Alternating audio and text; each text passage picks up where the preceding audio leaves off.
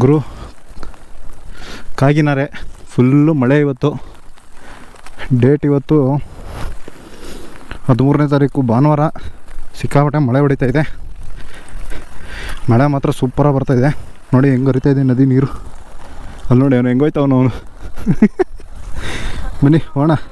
Pant ಅಂತೂ almost ನೆಂದಿದೆ. ನೆಂದ ಮೇಲೆ rain coat ಹಾಕೊಂಡಿದ್ದು. ಏನು ಮಾಡೋಕ್ಕಾಗಲ್ಲ, ಗಾಡಿ ತನಕ ಹೋಗಲೇಬೇಕೀಗ. ಬನ್ನಿ ಹೋಣ. ವಾವ್, ಕೊರ್ಕೊಂಡೇ ಹೊಂಟೋಯ್ತು ಗುಡಿದು. ನೋಡಿ ಹೆಂಗೆ ಹರಿತಾ ಇದೆ.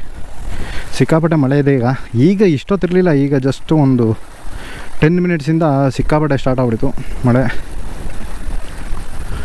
ನೆಂದೇ ಹೋಗ್ಬಿಟ್ವಿ ನಾವಂತೂ.